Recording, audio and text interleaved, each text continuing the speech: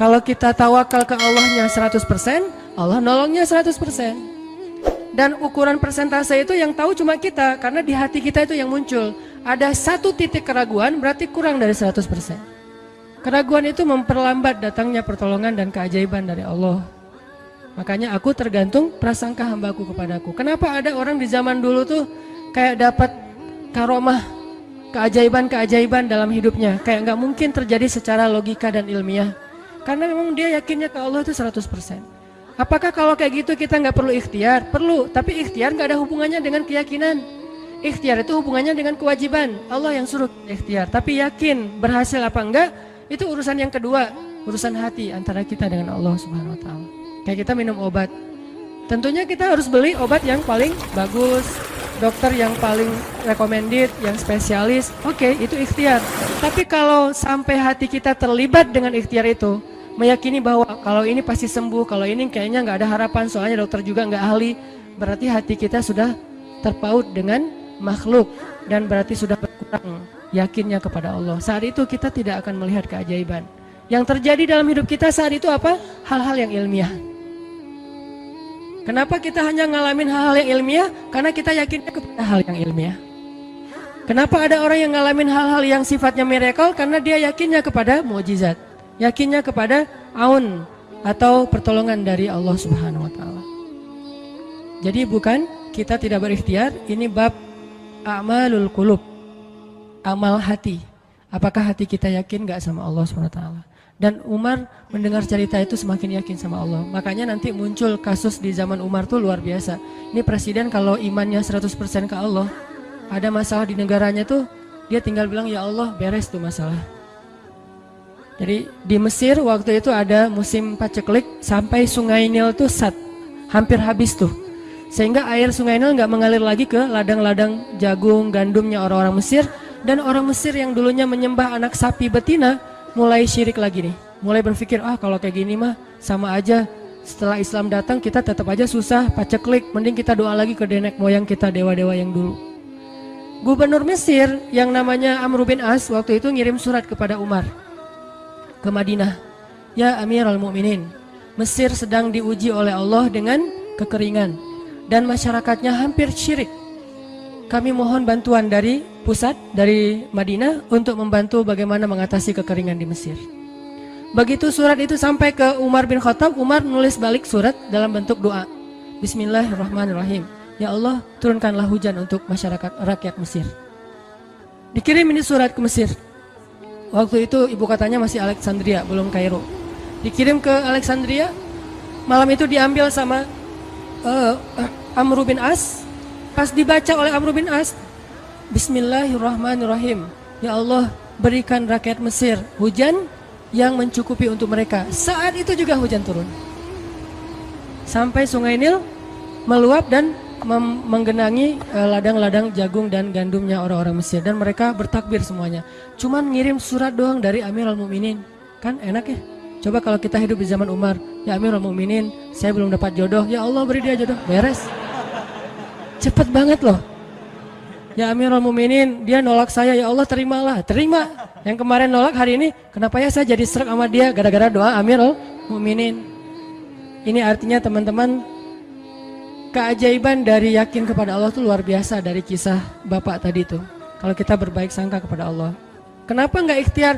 Mungkin sudah ikhtiar bikin pengairan segala macam tapi belum berhasil. Yang kurang cuma satu, doa. Doa mungkin udah banyak tapi belum diijabah karena doa-doa mereka tidak seajaib doanya Umar bin Khattab. Belum lagi Umar berdiri di atas mimbar. Ini mungkin terkenal nih, kejadian dalam perang Qadisiyah kalau nggak salah. Umar lagi khutbah Jumat di Madinah. Kaum muslimin lagi berperang di Irak melawan pasukan Persia, perang Qadisiyah namanya. Irak Madinah tuh kan kalau naik pesawat sekitar 2,5 jam, 3 jam, jauh tuh. Jakarta Medan lah, jauh. Nah Umar lagi khutbah di atas mimbar, sholat Jumat, tiba-tiba tema khutbahnya tuh ganti gitu. Lagi ngomong tiba-tiba beralih tema. Wahai kaum muslimin, naiklah ke atas bukit itu, baliklah kalian mundur-mundur gitu. Jadi Umar tiba-tiba kayak ngomongin sesuatu yang gak nyambung. Orang-orang heran, nih Umar kenapa? Oh ya udah biarin, namanya juga Umar gitu kan. Dia punya Mungkin dia ngelihat setan atau apa, setan kan takut sama Umar. Diem. Udah selesai sholat Jumat, pada datang, ya Amirul Mukminin, tadi apa yang terjadi? Kenapa Amirul Mukminin ngomong sesuatu yang gak nyambung? Kita juga gak ngerti. Kata Amirul Mukminin, saya ngelihat Allah menampakkan kepada saya pasukan Islam di Qadisiyah yang terdesak, hampir habis dibantai sama musuh. Tapi saya ditunjukkan ke sebuah bukit yang mungkin mudah-mudahan itu jadi benteng untuk mereka berlindung. Saya suruh mereka naik. Orang kan gak langsung percaya kan? Bener gitu terjadi kayak gitu. Kalau Rasul ngomong, mungkin aku naik ke langit, Isra Mi'raj, oke lah, itu aja masih ada yang mendustakan. Ini Umar yang ngomong, bukan Nabi yang dapat wahyu. Orang gak langsung percaya. Selang beberapa minggu kemudian, pasukan Qadisiyah pulang. Jadi utusan mereka pulang bawa berita tentang kemenangan perang dalam perang Qadisiyah. Dia cerita, suatu hari di hari Jumat, kami sedang berperang. Kami terdesak, hampir habis dibantai sama musuh. Udah gak ada jalan untuk berlindung. Tiba-tiba kami mendengar suara Umar. Amirul Mukminin berteriak, wahai kaum muslimin, naiklah ke atas bukit ini supaya kalian terlindungi. Akhirnya kami mundur naik ke atas bukit dan selamat waktu itu. Berarti benar-benar terjadi. Kok bisa? Ya, qadarullah. Ini keajaiban iman mereka. Apakah kita bisa mendapatkan pengalaman-pengalaman kayak gini? Bisa, kalau keimanan kita dengan level yang sama.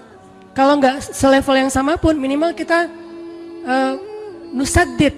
Kalau kita tidak bisa sama persis, minimal kita berusaha untuk nuqarib, berusaha untuk pengalaman kita nanti walaupun nggak sama persis, mirip-mirip dengan pengalaman mereka. Lagi-lagi bukan berarti tidak berikhtiar.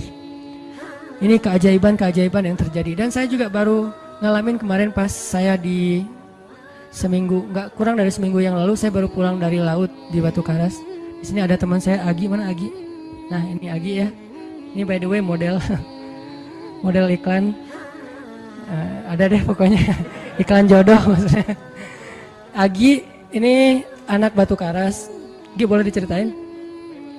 Agi ini anak Batu Karas. Batu Karas tuh Jawa Barat, daerah Pangandaran.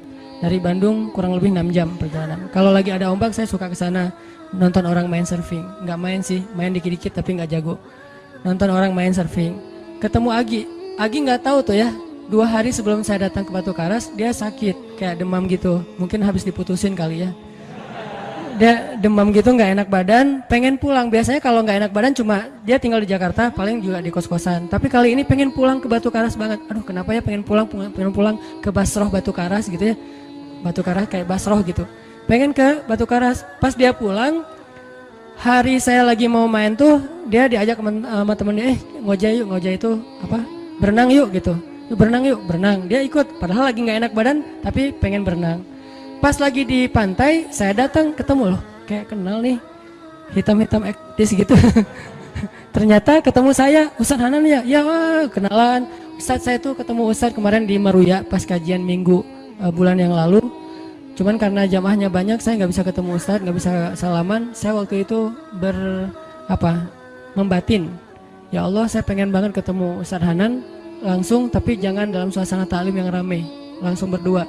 Mudah-mudahan terkabulkan. Akhirnya Agi banyak istighfar sebulan istighfar. Akhirnya terjadilah yang tadi itu, dia nggak enak badan. Saya juga tiba-tiba ujuk-ujuk, kenapa ya saya pengen ke Batu Karas, kenapa ya pengen ke Batu Karas. Ternyata di sana ada ombak.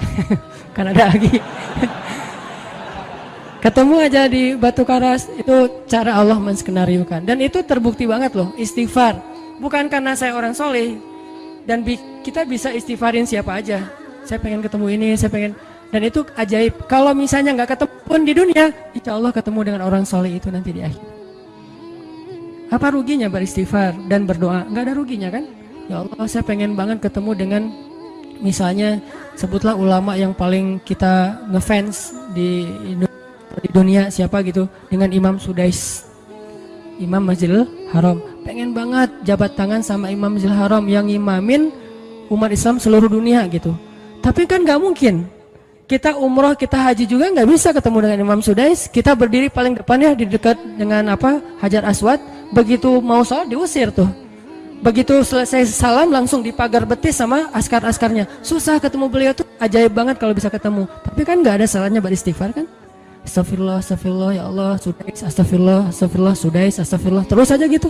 Pengen ketemu Sudais, Tiba-tiba bisa aja sudah datang ke Indonesia, ada seminar apa, mungkin bisa ketemu yang paling logisnya. Atau kalaupun nggak ketemu di dunia, tiba-tiba bangkit dari kubur di sebelah kita. Siapa? Kan kamu sering manggil saya dulu, siapa? Sudais yang mana ya?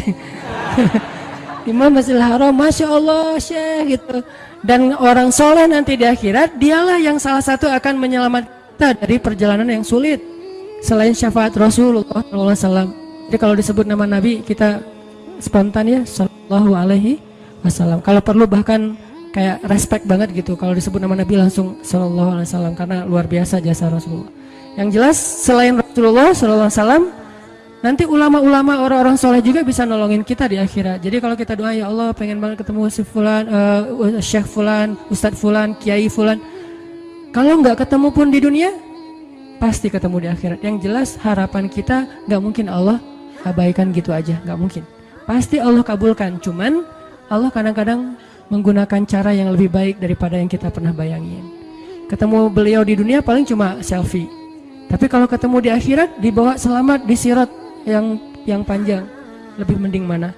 Ketemu nih dengan seorang ulama, orang soleh yang kita ngefans banget nih. Pokoknya saya pengen banget selfie sama beliau, ya Allah. Apalagi kalau orang soleh itu followersnya banyak, misalnya ya 1.100.000.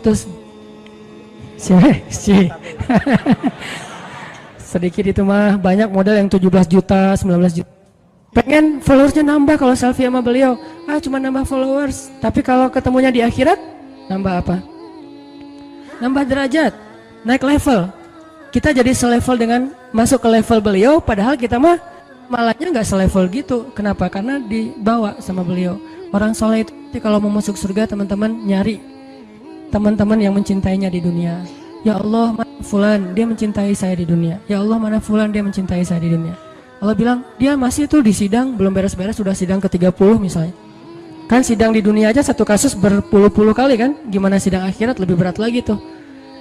Ya Allah, tolonglah dia, selamatkan dia, karena saya mencintainya selama di dunia karena Engkau. Akhirnya orang-orang soleh pada balik lagi dari surga, balik lagi ke padang mahsyar. Demi ngapain? Demi menyelamatkan orang-orang yang mencintai mereka semasa di dunia. Datang ke padang mahsyar, cari ke bagian informasi. Tolong dong yang namanya ini gitu, panggilin. Perhatian, Hanan At-Taqi dipanggil sama Syekh siapa gitu. Saya dipanggil, datang aja. Mas, saya yang dipanggil. Benar Hanan At-Taqi? Ya, mana coba buktinya? Aduh, saya lupa bawa kartu nama. KTP misalnya. Udah pasti tahu lah ya malaikat sama kita. Udah, masuk aja. Tuh ada yang nungguin di business lounge gitu. Jadi ada VIP lounge-nya gitu kan. Oh, saya boleh masuk VIP lounge-nya, masuk ke VIP lounge. Udah sampai di sana, udah ada makanan segala macam, mereka lagi duduk. Kayak asa kenal nih, siapa ya? Dekat Hanan ya? Ya, wah kita sering ketemu dalam doa. Wah, akhirnya pelukan. Ada apa Syekh? Yuk ikut saya ke surga, kan enak banget kan? Terus sidang saya gimana? Udah diberes sama teman-teman saya saya banyak banget teman di dalam gitu. Saya banyak. Beres kan? Di dunia aja bisa gitu, masa di akhirat gak bisa? Tapi dengan seizin Allah dan Allah ridho dengan kebaikan-kebaikan itu. Jadi nggak ada sia-sianya juga kita. Kan dulu saya pernah cerita yang Imam Ahmad bin Hambal kan, yang pengen banget ke Basrah, dan itu ternyata terjadi juga sama Agi. Dan terjadi juga sama salah seorang driver ojek online di Bandung. Baru 2 bulan yang lalu kejadiannya. Saya lagi datang ke markasnya Pemuda Hijrah, kita sering ada kayak rapat gitu di kantor. Markas kita namanya Masjid Al-Latif di dekat Gedung Sate. Datang dari pagi rapat sampai sore.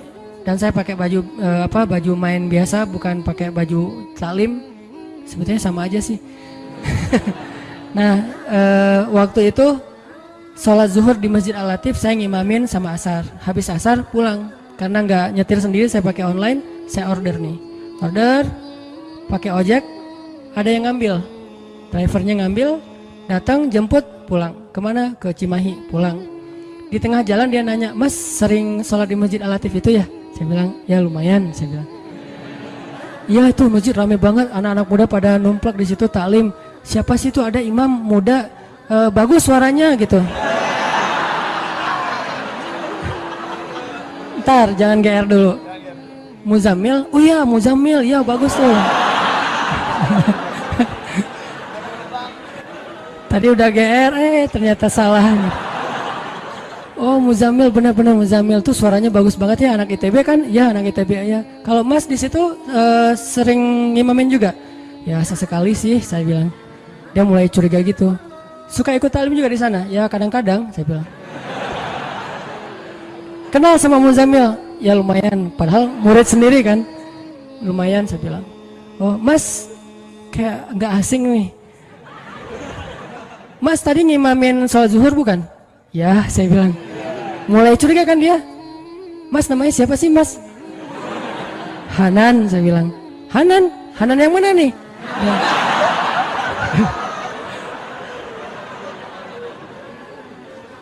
Saya bilang Hanan Taki. Wah langsung oleng dia mah.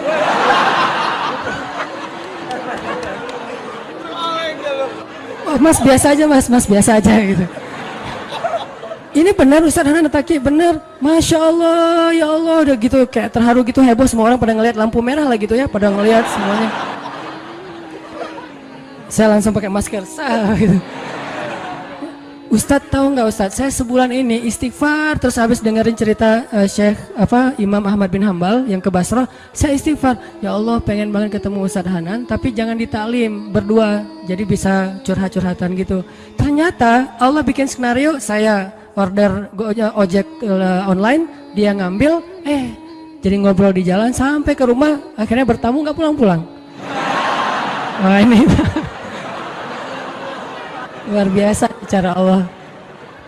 Dan wallahi teman-teman, dan itu terjadi. Jadi udah 2 kasus nih yang saya alamin ya. Satu Agi, satu lagi yang ojek online tadi, dan dua-duanya hajatnya sebulan Allah kabulkan. Jadi kalau ketemu saya aja sebulan gampang, masa ketemu jodoh bertahun-tahun gak dapat ya? Gimana nih? Istighfarnya gimana nih?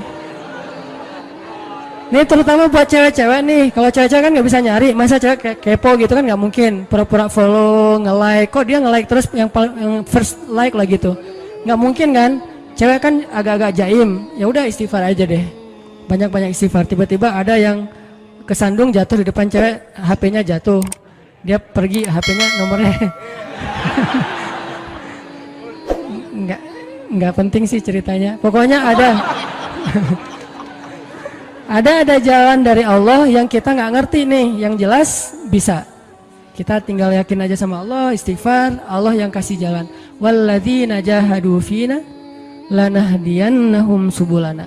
Pokoknya kalau kalian bersungguh-sungguh kata Allah di jalan kami, udah kami kasih jalan-jalan keluar yang subul, jamak dari sabil, banyak banget jalan keluar di sisi Allah. Yang penting kita jahadu fillah, berusaha di jalan Allah SWT.